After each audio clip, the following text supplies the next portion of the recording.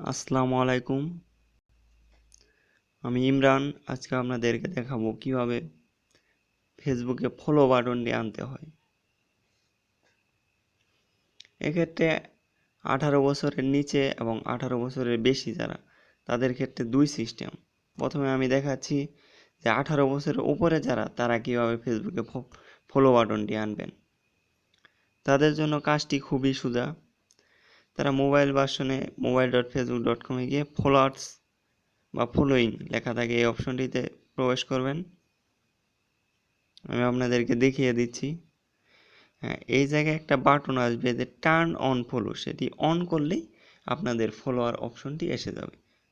সেক্ষেত্রে আপনাদের কোনো কষ্টই করতে হবে না। কিন্তু যারা 18 বছরের কম, সেক্ষেত্রে তাদেরকে একটু পরিশ্রম করতে হবে। আমি আপনাদেরকে দেখিয়ে দিচ্ছি, এটা আমার আইডি, এটা 18 বছরের কম বয়স দেয়া। আর এই জায়গায় আমি আপনাদেরকে একটি অন্য আইডি দিয়ে দেখাচ্ছি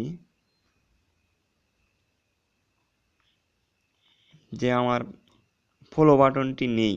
এ দেখুন, এই জায়গায় অ্যাড ফ্রেন্ড আছে, মেসেজ আছে, মোর আছে, ফলো বাটনটি নেই। এই জায়গায় আমি একটি নতুন ফলো বাটন সংযুক্ত করে আপনাদেরকে দেখাবো। সেক্ষেত্রে এই আইডি থেকে 18 বছরের কম, প্রথমে আমরা যাব সেটিংস অ্যান্ড প্রাইভেসি। হ্যাঁ,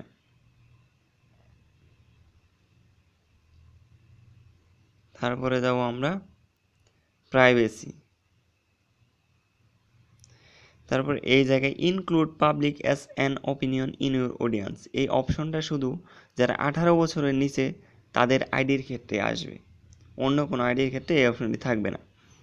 এই জায়গায় আপনারা যাবেন, যাওয়ার পর অ্যালো পোস্টিং টু পাবলিক, তার মানে আপনার ফলোয়ার্স অপশনটি এই জায়গায় অ্যালো করলেই অন হয়ে যাবে।